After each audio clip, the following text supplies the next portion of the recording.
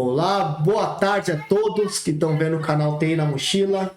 Hoje estou começando uma nova série chamada One on One, que basicamente vai entrevistar pessoas que estão na área de TI já há muitos anos. Alguns trabalham remoto, outros trabalham para fora, alguns são um pouco menos sortudos, trabalham presencial. E hoje estou tendo o prazer, a honra de receber um grande amigo meu. Quem é Lucas Barbosa? Quem é você, Lucão? Eu sou o Lucas Barbosa, sou programador web, estou na área há alguns bons anos, 17 anos aproximadamente. Temos alguns projetos, seja de programação, seja de projetos voluntários, né? O Stefan me incentivou muito nessa parte de ajudar as pessoas também, passar um pouco do nosso conhecimento.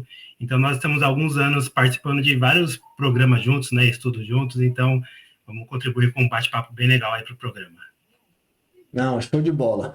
Então, Lucão, ó, o canal Tem na Mochila é destinado para principalmente nômades digitais. Então, quem já é nômade digital, ou quem tem vontade de ser. E aí, já queria saber de você, cara. Trabalhar home office mudou o que na sua vida?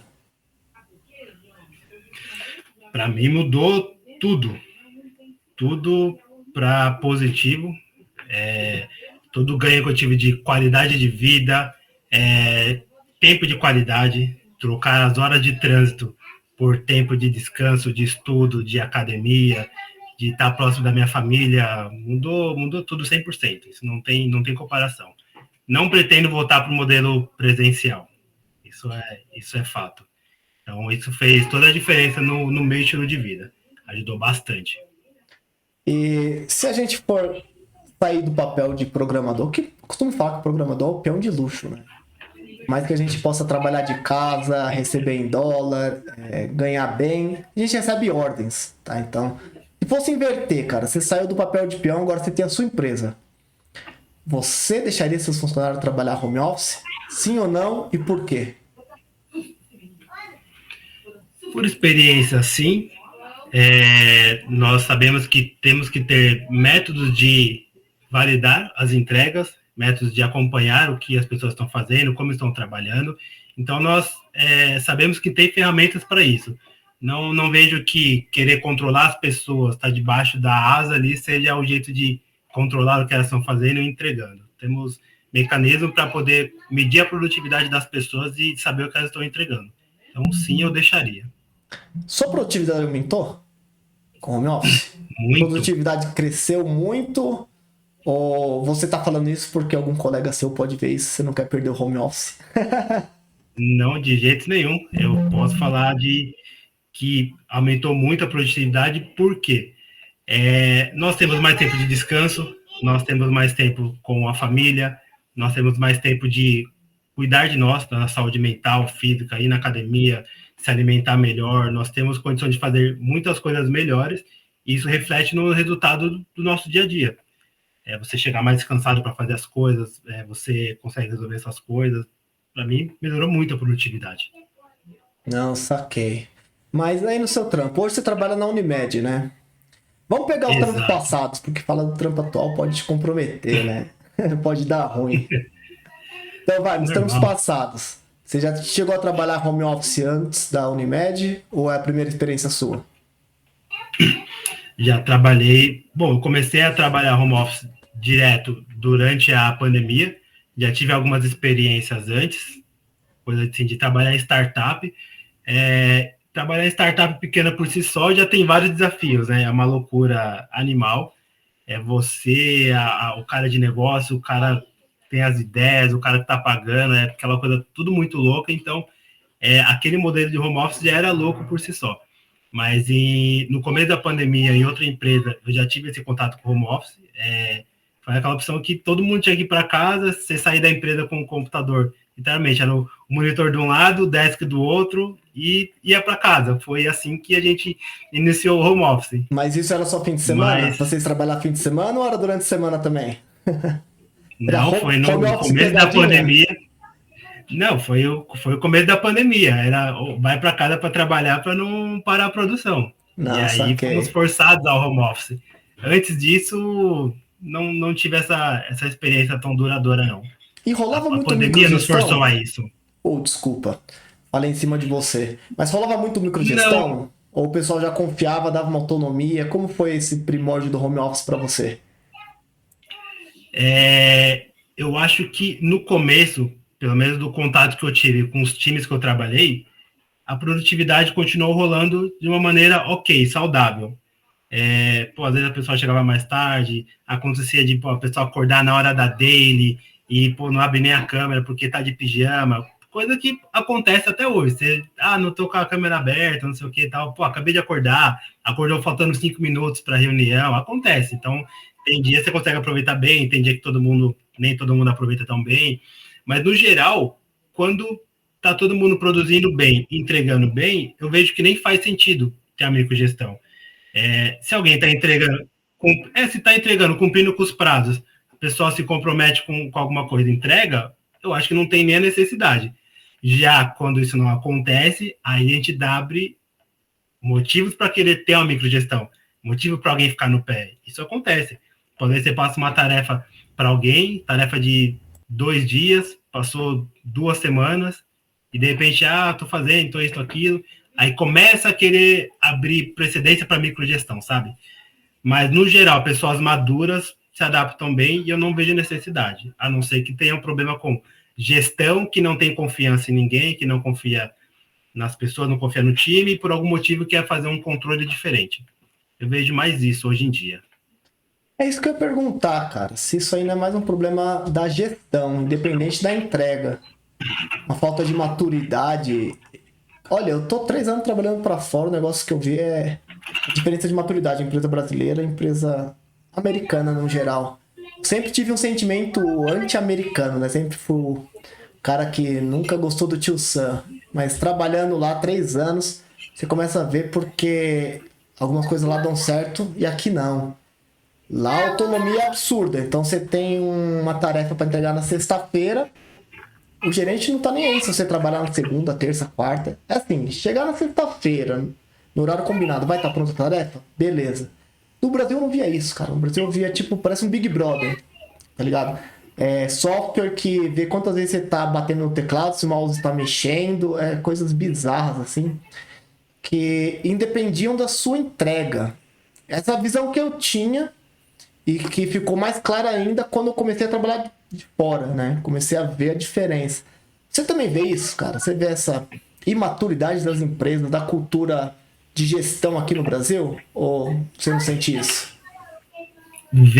Eu vejo sim, quando eu converso com você, né, que passa muito dessa experiência, outros amigos que trabalham para fora, a gente vê que tem uma diferença muito grande cultural.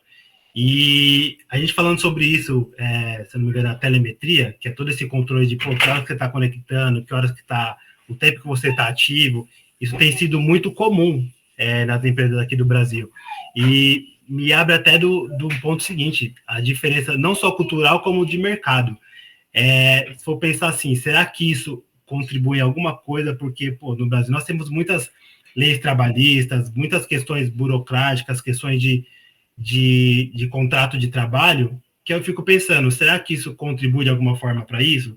Porque, de repente, assim, no mercado americano você entregou por produtividade, eles não querem nem saber a hora que você entregou, saiu. Aqui não, aqui nós ainda temos uma cultura diferente, mas também temos uma legislação que possa ser diferente.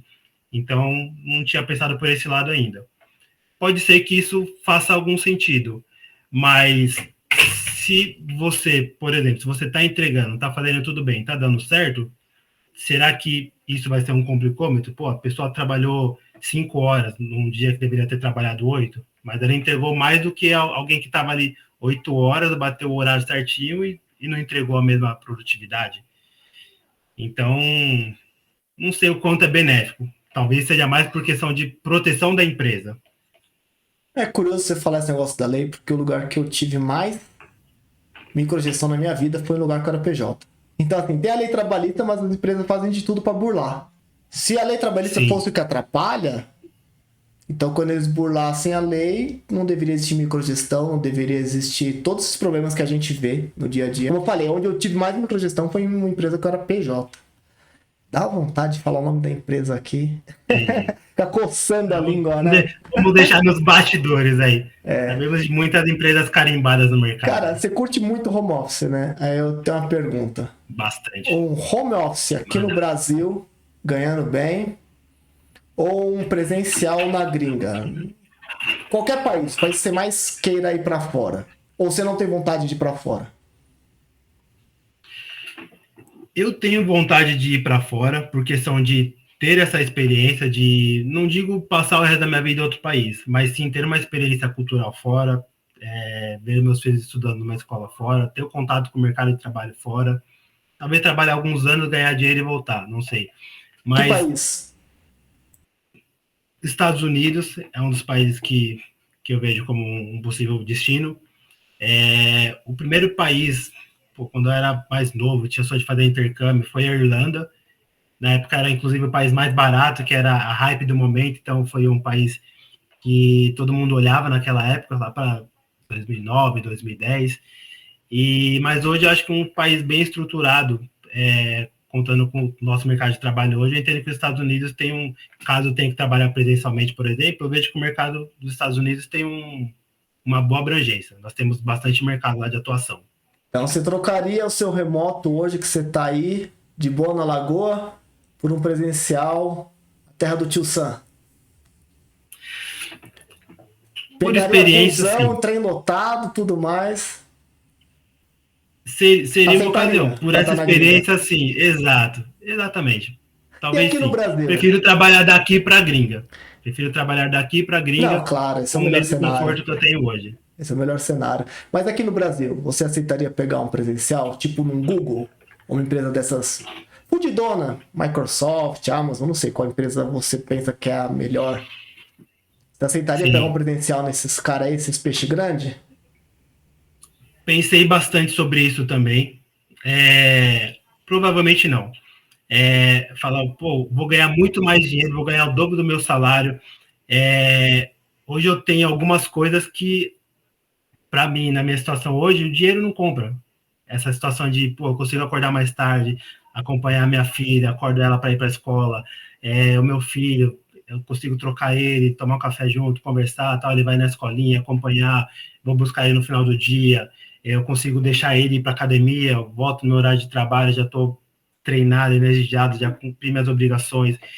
Então, eu tenho algumas coisas que o presencial não me daria, e outras empresas, muitas empresas hoje não dariam com esse modelo.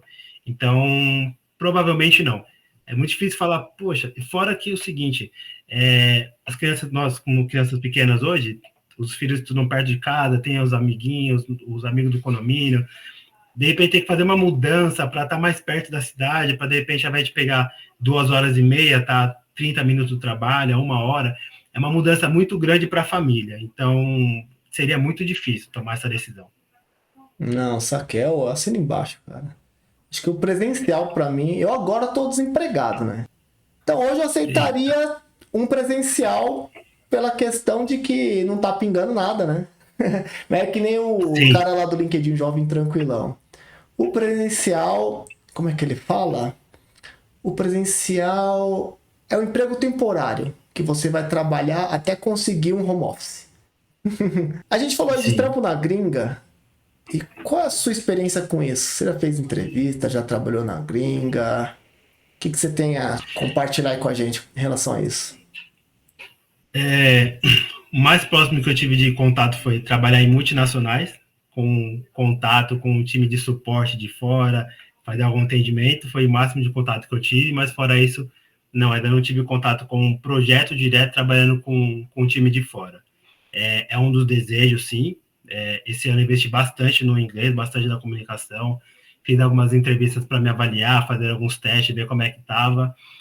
Não tive o resultado que eu esperava, mas faz parte do processo. Continuar estudando, continuar treinando, continuar me desafiando, dando a cara a tapa e até, quem sabe, conseguir uma oportunidade. Acho que é uma decisão talvez muito simples a gente pensar assim, será que vale a pena fazer a mesma coisa que a gente faz hoje para ganhar o dobro ou o triplo do meu salário? Essa é uma resposta mais simples de responder. Então, Sim ou sim? sim, se eu tivesse a oportunidade, é sim. Muito, Não, muito simples. claro. E, pô, falando de entrevista de emprego, mano. Você falou que já fez algumas aí pra gringa, uma pelo menos. E no mercado nacional você já fez várias. Aí, Lucão, eu queria saber, qual foi a pergunta mais escrota que já te fizeram numa entrevista de emprego?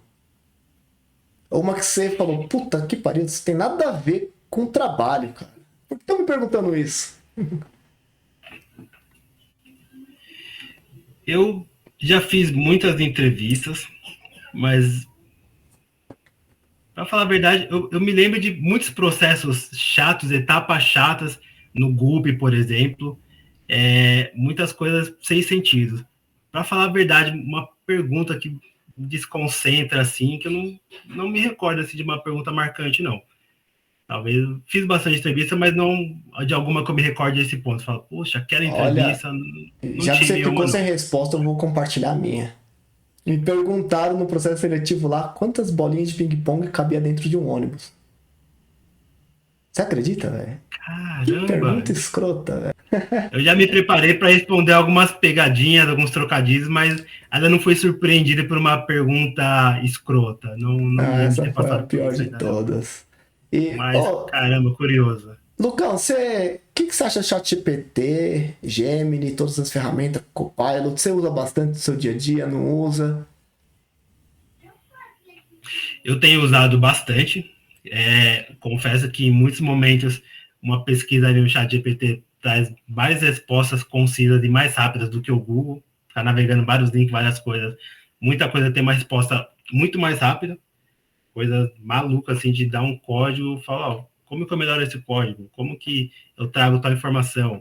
É, ele faz coisas absurdas, não ao ponto que substitui o que a gente faz, mas ele auxilia bastante nesse processamento das informações, dele ler as informações e já trazer uma resposta mais rápida para a gente, mais direta. Um assistente, muito bom. Um assistente muito bom, exato. Você Um tem medo, assistente muito cara, bom. disso aí no futuro? Você acha que Skynet, Exterminador do Futuro, o Matrix, estão próximos? Não, não acho que estejam tão próximos no sentido, talvez, quem sabe, daqui a uns 30, 40, 50 anos. Na pandemia, nós evoluímos, assim, demos um salto gigantesco de tecnologias em todos os sentidos.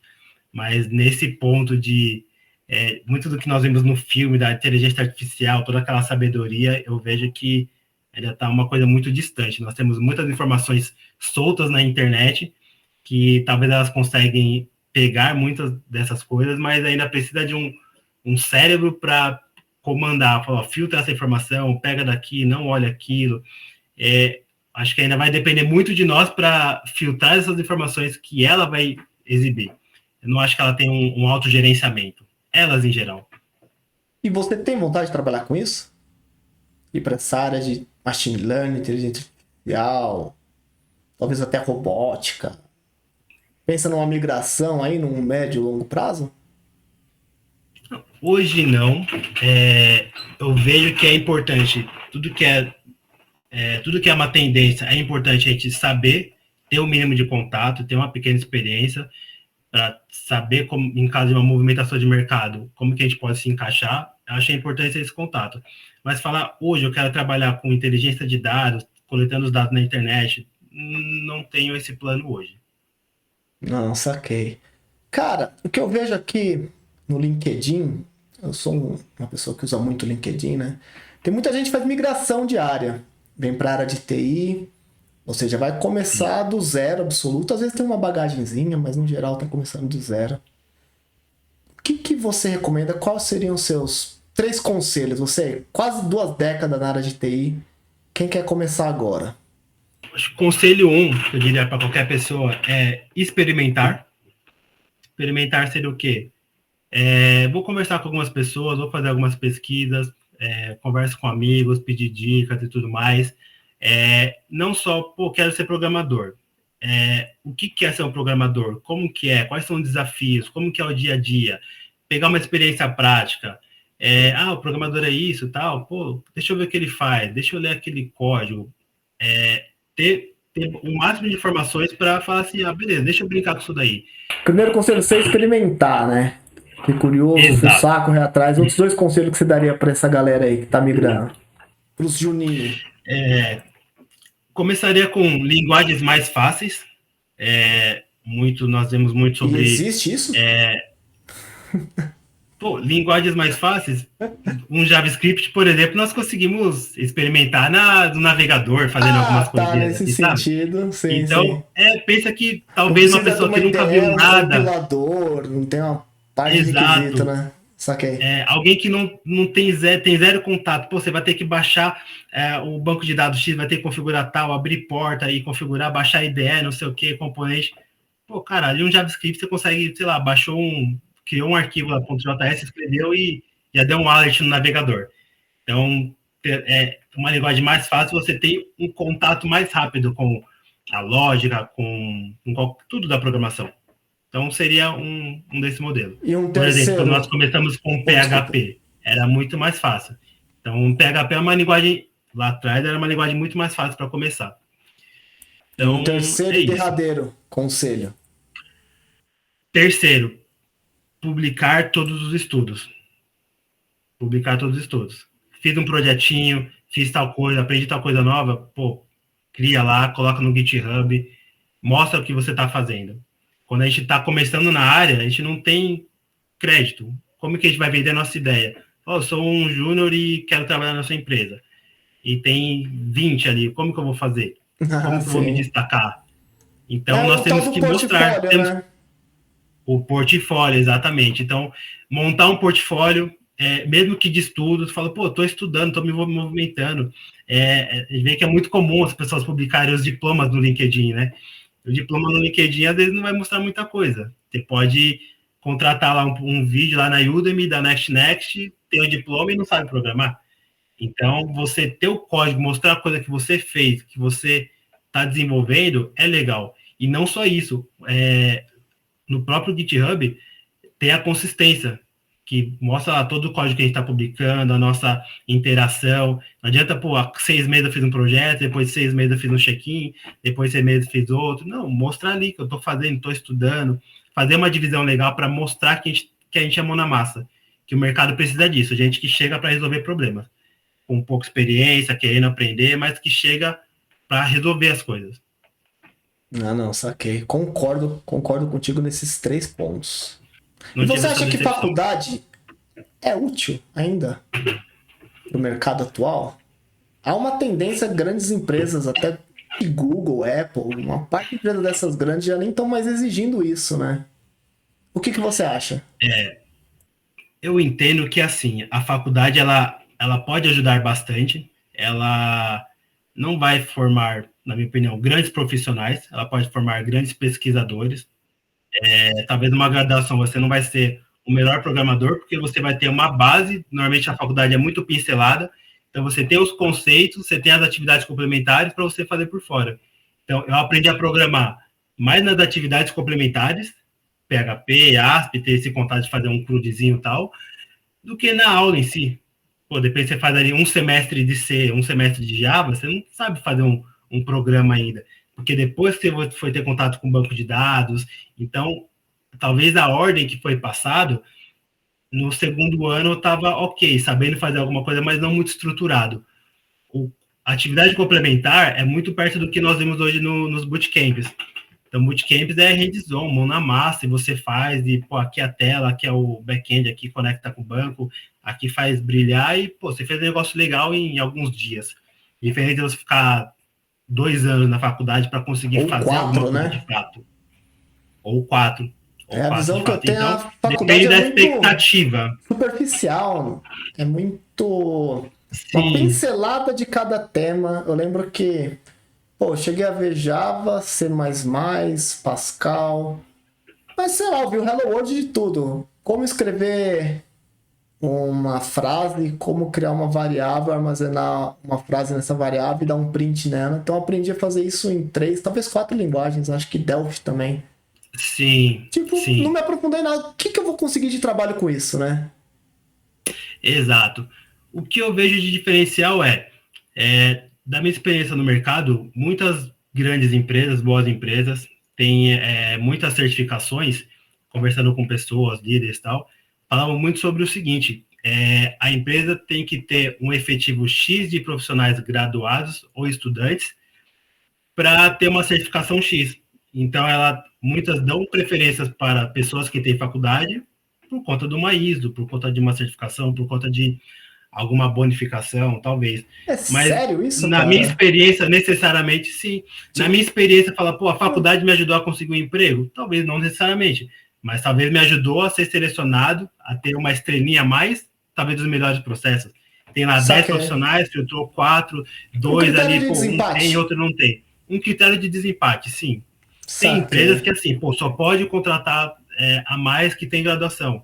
E, de repente, uma pessoa graduada que não tem a mesma experiência, a mesma qualidade do que uma pessoa que não tem a graduação.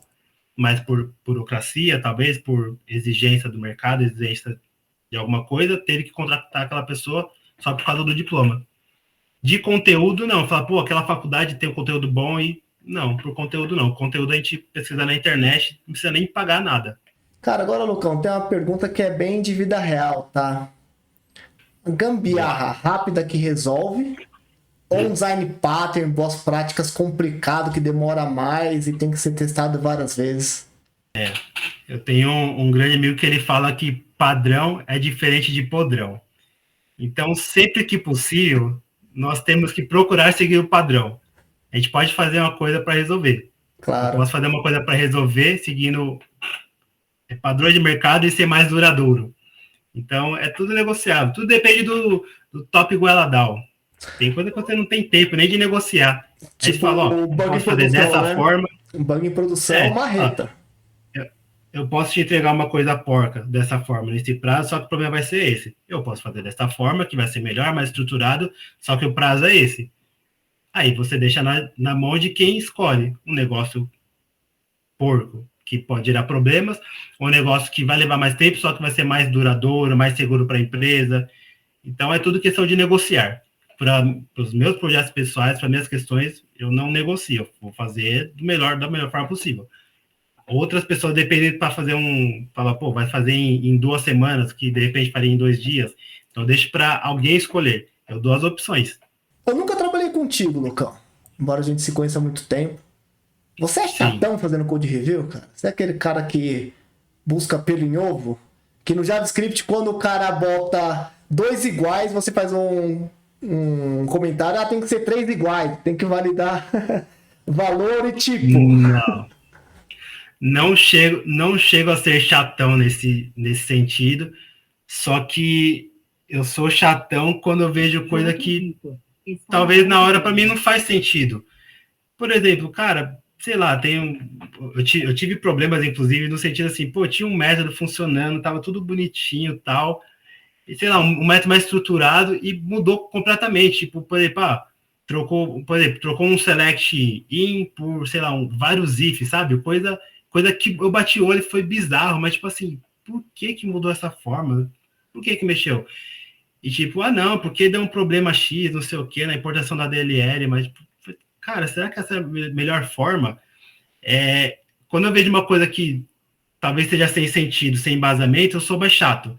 Agora, não nesse ponto de, pô, escovador de bit, vamos ganhar alguma coisa aqui, alguns milésimos. Não, nesse ponto não. Mas quando eu vejo coisa sem sentido, eu sou chato e às vezes eu falo assim, por que, cara? Por que isso? Não, boa.